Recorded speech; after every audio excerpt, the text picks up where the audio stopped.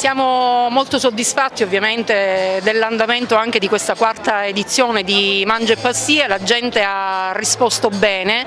e dopo tanti giorni di fatica devo dire che questa è la soddisfazione più grande per noi. Magari si pensa che dietro chissà che cosa ci sia, invece c'è moltissimo lavoro, un lavoro che spesso e volentieri ci fa anche dire ma chi me l'ha fatto fare, però poi quando arrivi qua e vedi la piazza piena, la gente che si diverte, che ha il piacere di stare insieme, ti rendi conto che vale la pena continuare. Noi quindi ringraziamo il comune di Joppolo Giancazio che ancora una volta ci ha dato la possibilità di celebrare qui la festa della piccola grande Italia e la nostra campagna Voler bene all'Italia, e promettiamo che torneremo anche il prossimo anno. Non è una minaccia, è una promessa.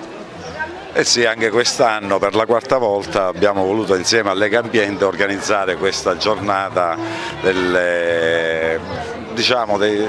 occasione del 2 giugno di questa festa del cibo di strada, della piccola e grande Italia, e come comune ci siamo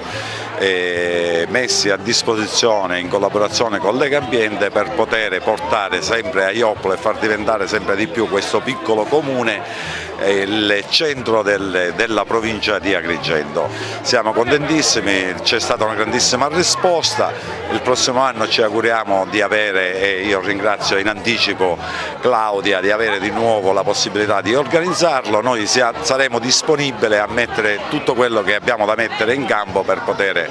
sempre a Joppolo svolgere questa grande festa.